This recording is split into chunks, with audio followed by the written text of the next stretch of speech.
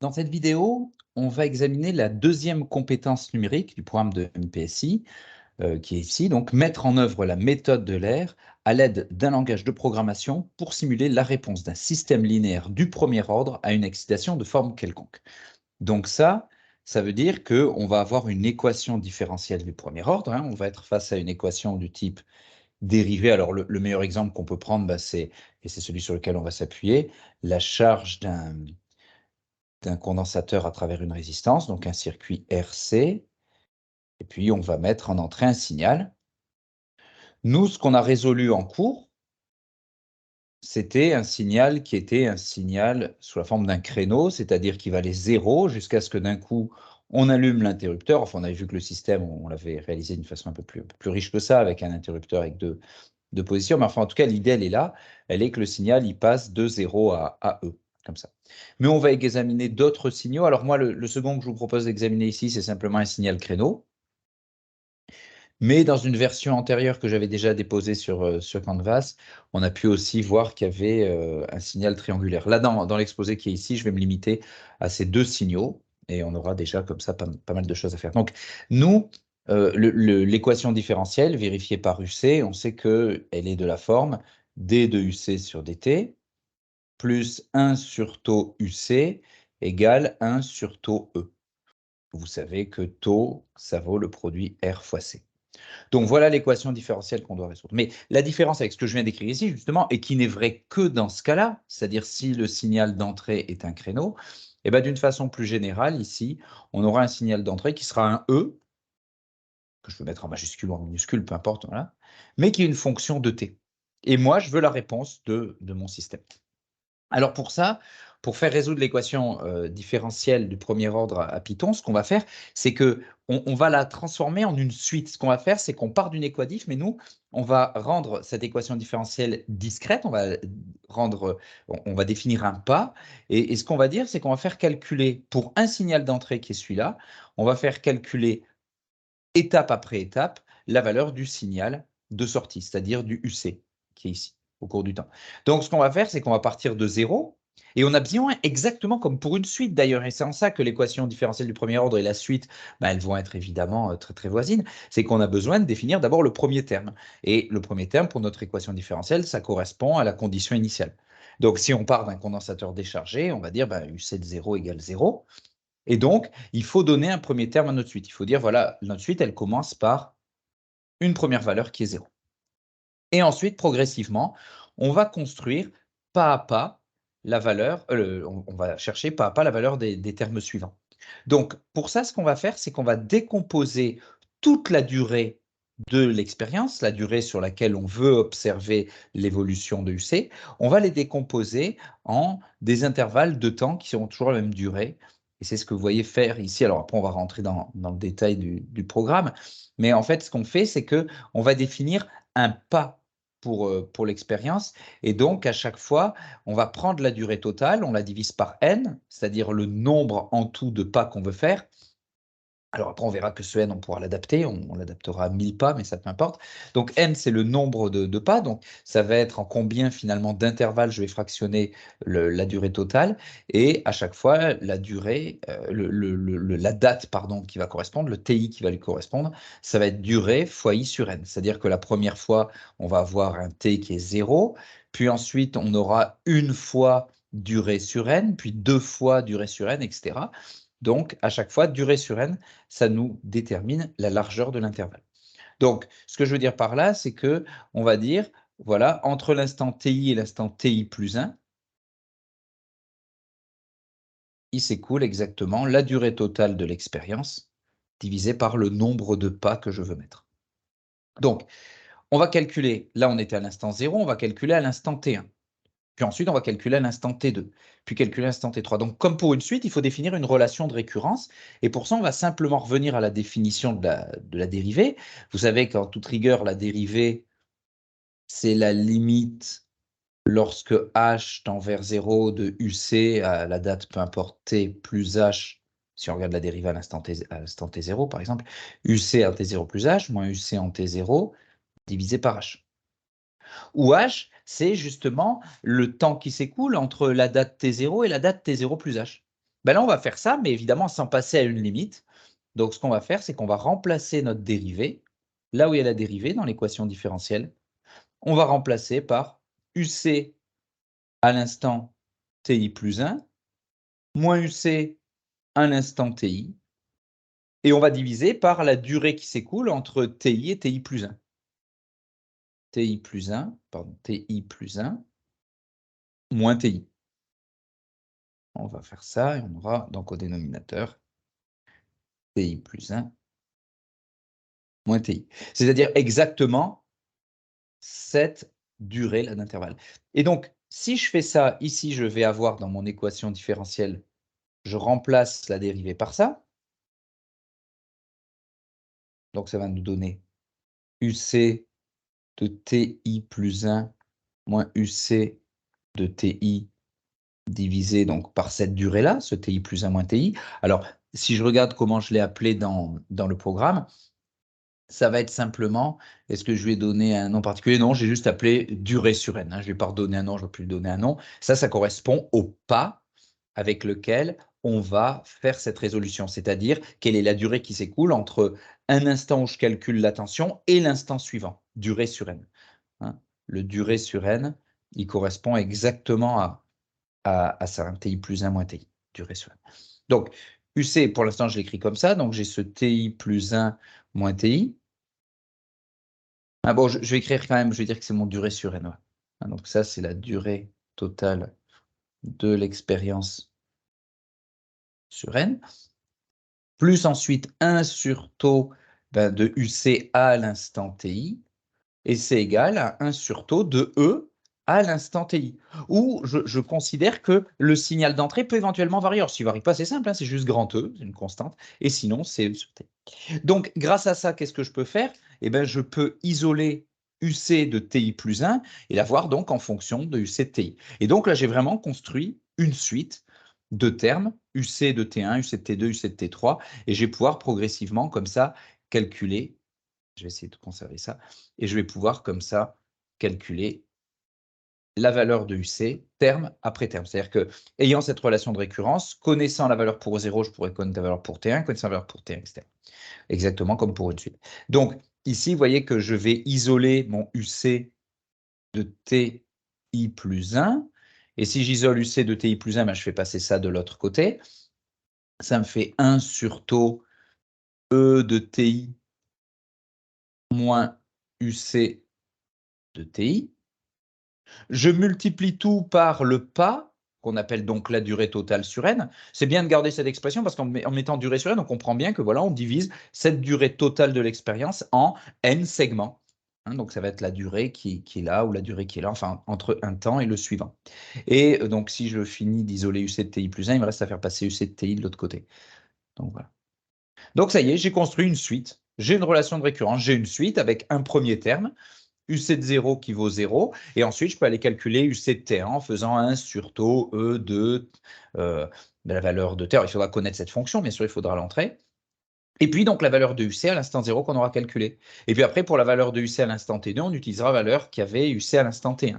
Hein, donc on pourrait en fait calculer ces termes à la main, de proche en proche, mais évidemment on en veut beaucoup de termes. On veut en construire, on a divisé notre intervalle en 1000, donc on veut un millier de valeurs comme ça. Et donc évidemment on fait ça numériquement. Donc, c'est ce que vous avez ici, vous voyez. Là, je définis d'abord les fonctions d'entrée. Ici, je définis les fonctions d'entrée. On reviendra sur la définition des fonctions d'entrée dans un instant, mais pour donner une vision globale du programme. D'abord, on a les fonctions d'entrée. Et là, on va calculer la fonction de sortie. En fait, les deux, hein, avec la méthode de l'ordre. J'aurais pu en faire un seul. J'aurais pu faire une seule fonction. Mais j'en ai fait deux simplement parce que la durée était différente. Après, j'aurais pu l'implémenter là dans la parenthèse, la durée. Mais bon, j'ai préféré, pour que ce soit un peu plus lisible, avoir vraiment les deux fonctions. Donc là, en fait, j'applique ma méthode de l'heure. Parce que si vous regardez ce que je fais, là, je remplis une liste qui est d'abord où il y a juste le premier temps, 0, et U qui vaut 0.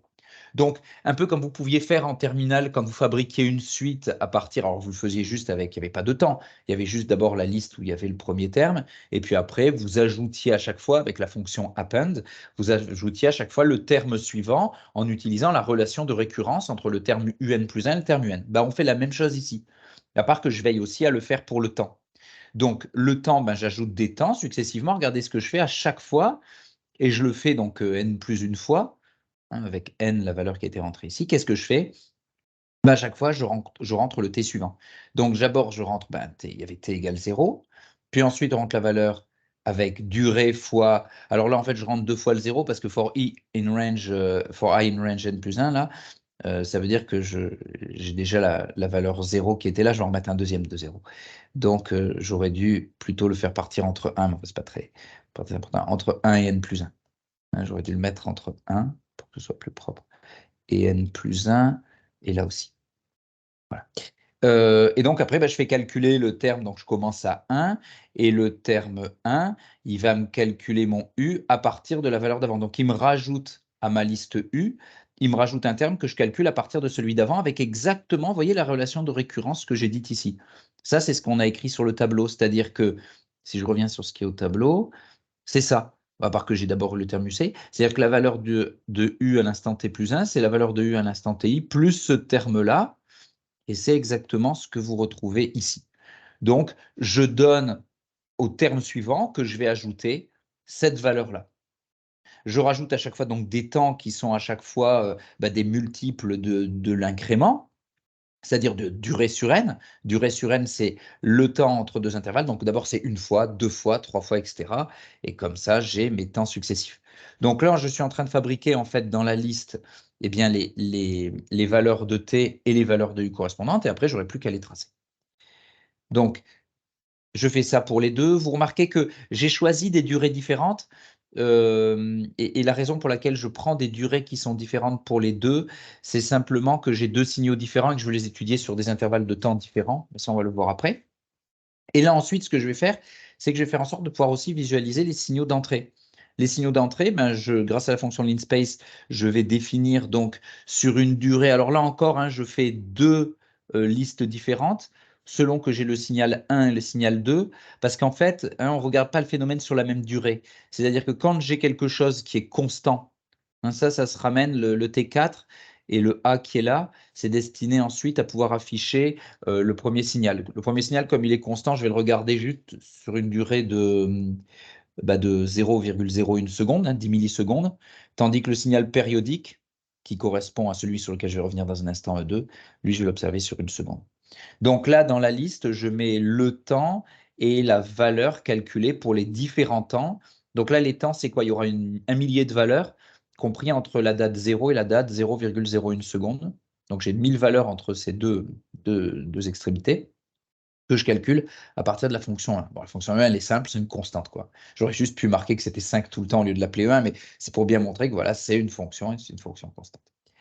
Ensuite, pour la fonction 2, eh ben, j'ai cette fonction qui est un créneau. J'expliquerai dans un instant le détail de ça, mais en tout cas, vous avez votre fonction créneau. Et là, pareil, sur une durée, alors là, pour le coup, d'une seconde, je mets 1000 valeurs. Et pour chacun des instants considérés, je vais calculer la valeur de 2. Donc, j'ai plus qu'à récupérer, parce que là, j'ai appliqué enfin là, j'ai pas appliqué, j'ai défini la méthode de Euler, mais ensuite, il faut que je l'applique, c'est-à-dire il faut que je dise, ben, Euler, ça me ressort quoi en sortie? Ça me retourne un temps et U, ça me donne deux valeurs. Donc, ce que je dis, c'est que je prends, enfin pas deux valeurs, excusez-moi, deux listes. Un T et U sont chacune des listes. Hein, donc, en sortie, vous avez deux listes. Donc là, j'ai deux listes qui sont T1 et U1, et qui vont correspondre aux listes des 1000 temps et des 1000 valeurs correspondantes pour une entrée qui est cette entrée-là, la première fonction. Donc j'aurai ces 1000 points finalement, hein, puisque je vais avoir les 1000 coordonnées, les abscisses et les ordonnées dans ces deux listes qui sont là, T1 et U1. Et même chose quand j'applique la méthode d'Euler pour la deuxième fonction d'entrée qui est E2. Et ensuite, je fais le tracé. Alors, pour le tracé, vous voyez, je trace les deux sur un même graphe. Hein, c'est pour ça que le show, il est à la fin, hein, le PLT show. C'est à la fin. Donc, comme ça, d'abord, j'ai les deux tracés. J'ai décidé de mettre une couleur noire et en pointillé pour dire que le signal d'entrée, on le distingue bien du signal de sortie s'il se superpose, on verra. Et ensuite, eh bien, on n'a plus qu'à préciser les noms des axes. Voilà. Donc, maintenant, on peut regarder ce qui se passe. Non, pardon, deux choses à faire avant. Déjà, bien vous expliquer les choix de temps et surtout aussi la fonction périodique qu'on a définie. Alors, la fonction périodique, en fait, j'ai choisi de lui définir une période de 0,25 secondes. Hein, donc ça, c'est la période du signal.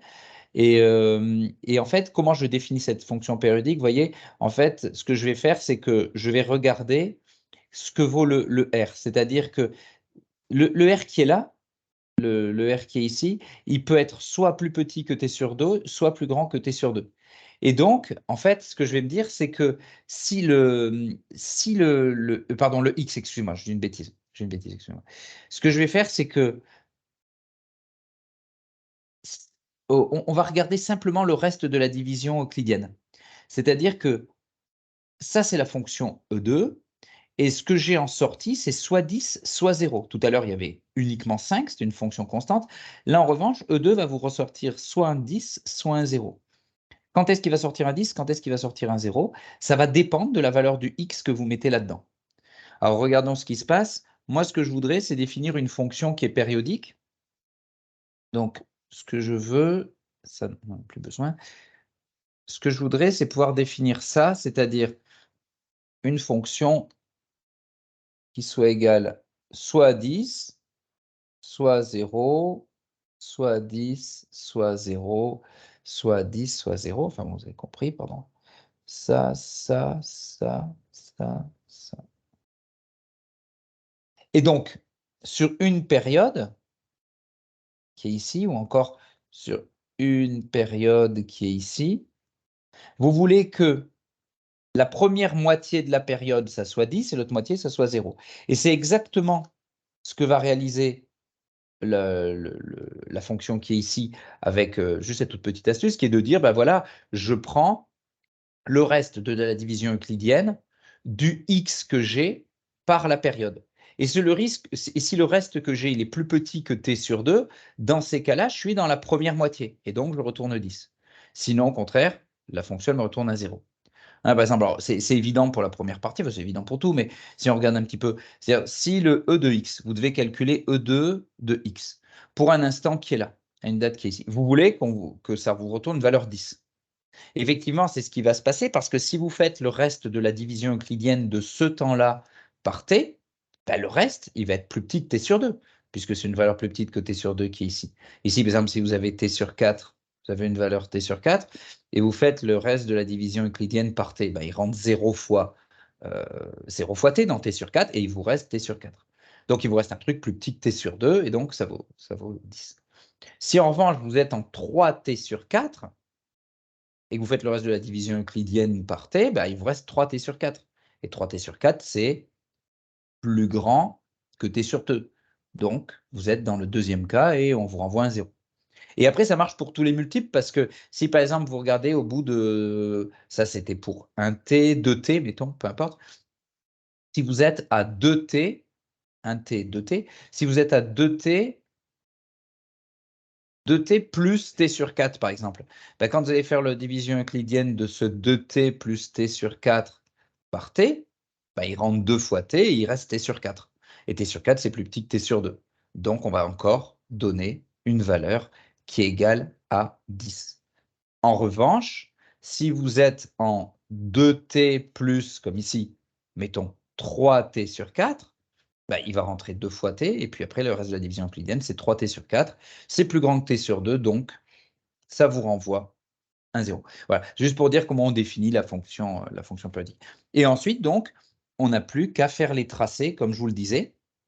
Et là, ce qui est intéressant, c'est de réfléchir du point de vue de la physique à comparer les temps caractéristiques. C'est-à-dire que si je regarde ce que j'ai ici, j'ai pris un R et un C qui ont ces valeurs-là. Donc, si on regarde le C, il doit être en 10 moins 1, 2, 3, 4, 5, 10 moins 5.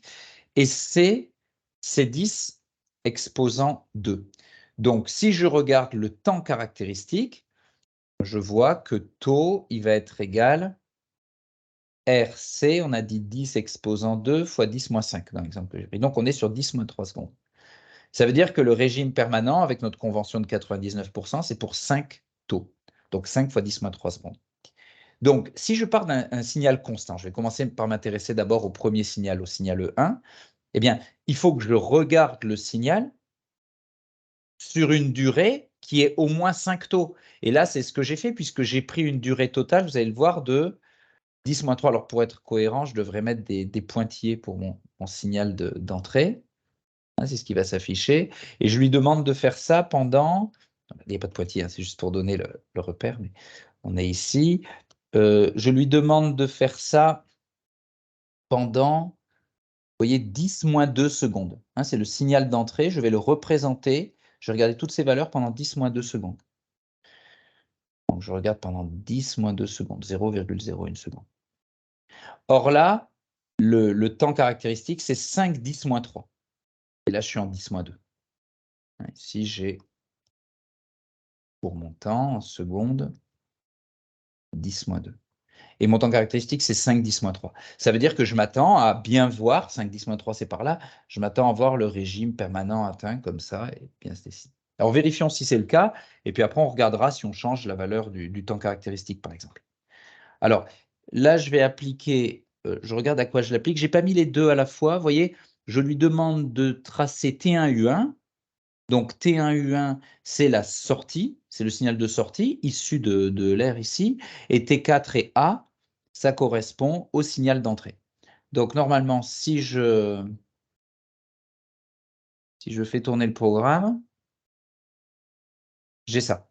J'ai le signal d'entrée, ici, avec donc les pointillés noirs, et en bleu, le signal de sortie, où je vois effectivement sur 0,010, 10 millisecondes, bah, effectivement, je vois bien la charge du condensateur, puisque le temps caractéristique, vous voyez, il est par là. D'ailleurs, on a l'impression que c'est confondu à l'œil nu, on voit plus ce qui se passe après 5 millisecondes. Alors, on pourrait justement changer le temps de charge. On pourrait se dire, je vais prendre un temps de charge plus grand.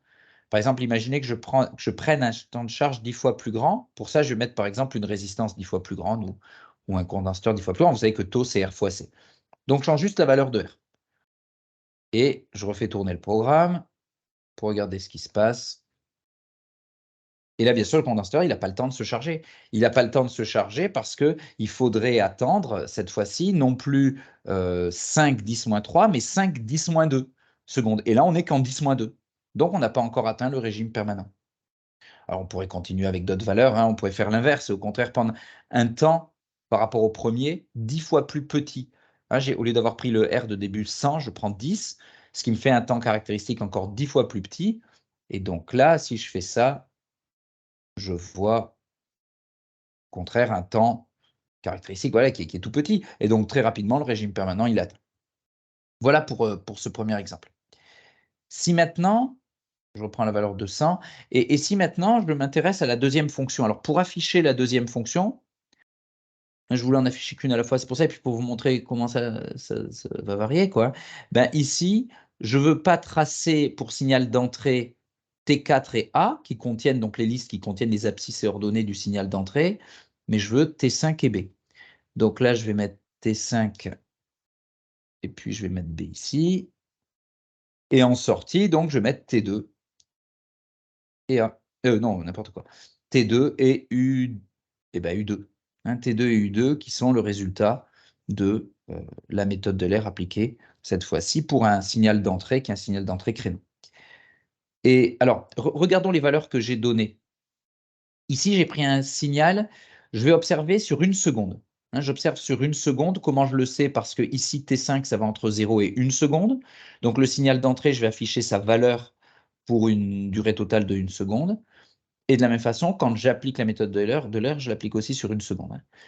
Et là, j'ai un phénomène périodique et j'ai dit que je voulais une période de 0,25 secondes. Donc, on se rappelle qu'on a un RC, si on reprend, on a un RC de 5-10-3, et là, on a un phénomène donc périodique, on a des créneaux, et ces créneaux, c'est toutes les 0,25 secondes. Donc, ça fait ça, le signal d'entrée, si je le mets en pointillé, il fait ça, ça, oh mince, ça va trop loin. Hop, 0,25, comme ça, comme ça. Et il fait ça toutes les 0,25 secondes. Et en 5-10-3, mon condensateur, il est chargé. Donc, ça veut dire que ça va se charger tellement vite que normalement, Ça devrait faire ça, ça se charge tout de suite, donc ça va épouser vraiment la forme normalement, et puis il va se redécharger. Il y aura des charges et des charges. Vous voyez, là, il y aura les deux étapes. Il y aura l'étape de charge, mais aussi l'étape de décharge qui sera prise en compte. C'est ça qui est intéressant, c'est-à-dire que moi, j'ai écrit une équation différentielle finalement quelconque au début, enfin pour un signal d'entrée quelconque, et ça me permet à la fois, dans ce cas-là, d'avoir et la charge et la décharge, puisque ce E de T, ensuite, bah, il diminue. Donc, mon condensateur est chargé. Et dans la deuxième phase où E diminue, eh ben, je décris une décharge. Donc là, comme le taux, il est très, très court devant la durée d'une période, normalement, la charge et la décharge, on ne doit même pas les voir, quoi. Ça doit être instantané, ça doit bien épouser la forme des créneaux. Alors, essayons de voir si c'est vrai. Normalement, j'ai fait les changements qui étaient nécessaires. On va regarder si ça marche. Voilà. Hein, vous voyez que les deux se superposent, hein, on les voit à peine d'ailleurs. Le signal en bleu, donc c'est le signal de sortie, et le signal en pointillé noir, c'est le signal d'entrée. Alors, si je regarde maintenant ce qui se passe pour une durée différente. Alors, pas une durée différente, non, je vais garder la même durée, c'est plus simple de changer pour voir les choses, hein, c'est juste ici à changer. Je vais prendre un condensateur qui se charge 100 fois moins vite. Il y a donc un temps de charge 100 fois plus grand. Pour ça, je vais prendre par exemple une résistance 10 fois plus grande ou un condensateur. On peut mettre un facteur 10 ici, un facteur 10 ici, hein, c'est pareil. Voilà, ça c'est une valeur un peu réaliste. Et si je fais tourner maintenant le programme, ce que je vois, c'est que là, le condensateur, il n'a pas du tout le temps de se charger. Non, là, vraiment pas du tout. Ce qui fait qu'il y a une distorsion totale du signal. Vous avez le signal d'entrée qui est ici. Et en sortie, le condensateur, il n'a pas le temps de se charger, qu'on lui demande déjà de se décharger, puis il n'a pas le temps de se décharger, qu'il se recharge, et on a un signal complètement différent, dont on reparlera d'ailleurs à l'occasion du chapitre sur les filtres. Donc voilà pour ce cas-là. Et après, je regarde un cas entre les deux. Là, je prends un cas où le temps de charge, il est 10 fois plus long que le premier cas. Et je vais de nouveau faire tourner le programme. Et là, vous voyez ce qui se passe, on voit bien. On voit bien ce qui se passe, c'est-à-dire qu'on a le temps de voir la charge et ensuite de revoir la décharge du condensateur. Parce qu'on rappelle que notre condensateur, il a, alors avec la valeur que j'ai prise ici, par rapport à la valeur de départ, on avait 10-3 pour le taux. Donc là, on a un taux qui est 10 fois plus grand, c'est-à-dire 10-2. Donc, ça veut dire que le temps caractéristique de charge, c'est 5-10-2, 0,05. Hein, c'est à peu près ici, 0,05, regardez, 0,2, là 0,1 et là 0,05. Donc, il a le temps de se charger, on a atteint les 5 taux, là il est chargé et ensuite il a pleinement le temps de se décharger. Et d'ailleurs, c'est intéressant parce que c'est ce qu'on fera expérimentalement quand on voudra observer la charge et la décharge d'un condensateur. On imposera une source, on prendra une source justement qui sera une source créneau comme ça, et puis on verra comment se comporte le condensateur et on aura le temps comme ça d'observer ses charges et ses décharges successives. Donc expérimentalement, on retrouvera le même motif. Voilà. Donc entraînez-vous à refaire ce genre de choses, essayez de modifier les paramètres, de voir comment ils interviennent. Mais en tout cas, je vous rappelle que le point essentiel de ce chapitre, de cette séance, au-delà de l'aspect physique qui est intéressant évidemment, c'est de bien comprendre l'intérêt de la méthode de L'Air, c'est-à-dire la méthode de L'Air, je répète, hein, vous partez d'une équation différentielle du premier ordre, vous partez d'une équation différentielle, bon, avec cette forme canonique que nous, on a choisie ici, hein, mais qui pourrait juste s'écrire après tout, hein, on pourrait juste avoir y' plus AY égale B, que ça marcherait pareil, hein, si on le dit d'une façon générale. Et donc, en fait, l'idée, c'est de rendre la relation discrète, c'est-à-dire de plus définir, évidemment, pour chaque instant, mais de prendre des dates TI plus 1, suffisamment voisines, c'est le dernier point d'ailleurs que j'expliquerai, suffisamment voisines, pour pouvoir bien donner la bonne forme de la solution. Donc ici, par exemple, la dérivée, je vais remplacer par y à l'instant i plus 1, moins y à l'instant i. Je refais la même chose que tout à l'heure pour une durée qui est une durée ti plus 1 moins ti, et parce qu'il nous reste une dernière chose importante à dire, ti égale b. Ou éventuellement b, c'est une fonction aussi de l'instant ti, ça pourrait être une fonction, vous voyez. Et puis après, vous allez sortir comme ça votre y de ti plus 1, qui va être exprimé en fonction de quelque chose que vous connaissez, la fonction, puisque ça, c'est connu. Cette fonction-là, elle est connue. Et puis, le y de ti que vous connaissez, puisqu'il vous faut nécessairement le premier terme. C'est une relation de récurrence exactement comme vous avez défini les suites en maths. Il reste une dernière chose importante avant de se quitter, c'est de bien remarquer le choix qu'on doit faire pour le pas. Vous voyez, quand j'ai dit je prends la durée totale sur laquelle j'observe et que je divise par n. Ça me donne exactement la durée que d'ailleurs parfois on voit noter dans certains livres comme ça, delta t, hein, le ti plus 1 moins ti. Mais comment on doit choisir ce temps? Imaginez que vous regardiez la charge d'un condensateur, exactement ce que nous on a fait, sur une durée dont on a dit qu'elle était pour arriver au régime permanent. On a dit, voilà, le régime permanent. Alors ça, c'est le régime transitoire, hein, puis après, on a un régime permanent. Et on a dit pour 5 taux, et nous, on avait un 5 taux qui était égal à 5 10 moins 3 secondes, 5 millisecondes.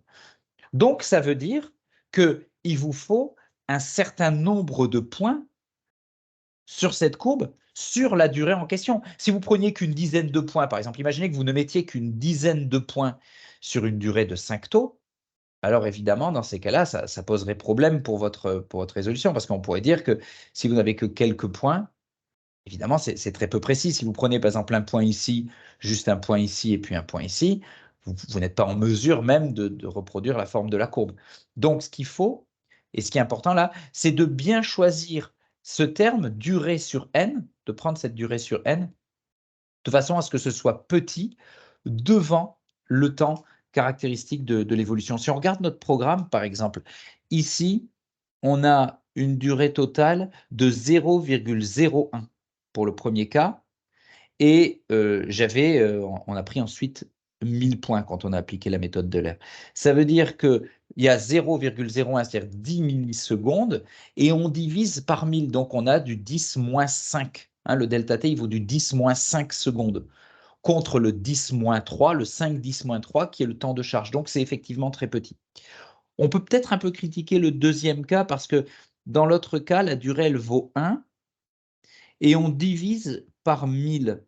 Donc, ça veut dire qu'on a 1 milliseconde. On pourrait se dire qu'il n'y a peut-être pas assez de points. On pourrait préférer, on pourrait se dire, tiens, je vais prendre plus de points. On va regarder si ça prend beaucoup plus de temps. Regardez, on va mettre, au lieu de mettre 1000, on va mettre 10 000 points. Donc, ça veut dire que là, mon intervalle, alors ce n'était pas critique dans le premier cas. Dans le premier cas, je ne l'aurais même plus laissé comme ça. Mais dans le deuxième cas, vous voyez, si je fais durée sur n, durée, donc 1 seconde sur les 1000 points qu'il y avait tout à l'heure, ça faisait 1 milliseconde qui s'écoulait entre TI et TI plus 1. Et moi, je sais que le régime permanent, il est atteint en 5 millisecondes. Donc, c'est-à-dire que j'ai que 5 points. Ce n'est pas extraordinaire. Dans ce cas-là, bon, apparemment, ça n'a pas donné lieu à quelque chose de critique quand même. Mais bon, essayons de voir si ça prend plus de temps de faire ça. Et j'affiche toujours donc T2 et U2. Donc, normalement, ça ne devrait pas prendre beaucoup plus de temps. Et on a quelque chose qui en est plus précis, quoi. Bon, après, ça ne change finalement pas énormément, mais il faut quand même suffisamment de points. Par exemple, j'ai essayé de vous montrer ce qui se passe si vraiment je ne prends pas assez de points. Si je ne prends vraiment pas assez de points, pardon. Imaginez que vous appliquiez la méthode pour 10 points. C'est vraiment pas beaucoup. Les 100 points. Normalement, save, run. La solution en sortie. Vous voyez, on obtient quelque chose, alors que pourtant la physique est restée la même, qu'il n'y a plus rien à voir. C'est-à-dire qu'en prenant qu'une centaine de points, là, une centaine de points, ça veut dire que sur une durée de 1 seconde, j'ai 100 points. Donc, chaque point, c'est 10 millisecondes. Or, le régime permanent, vous voyez, il est déjà atteint, quoi. Au bout de 10 millisecondes, il est pratiquement atteint. Donc, ça ne veut plus rien dire. Donc, ce qui est vraiment important, 10 000 comme ça, ce qui est vraiment important, c'est de faire en sorte que la durée que vous preniez, l'écart de temps entre une valeur et la suivante, soit petite devant le temps caractéristique. Voilà. Alors, pour conclure, on verra dans une prochaine vidéo ce qui se passe pour les équations différentielles d'ordre 2, parce que pour l'instant, la méthode d'Euler, elle nous permet de déterminer ce qui se passe à l'ordre 1, mais il faudra examiner ce qui se passe à l'ordre 2 dans une prochaine séance. Voilà. Au revoir.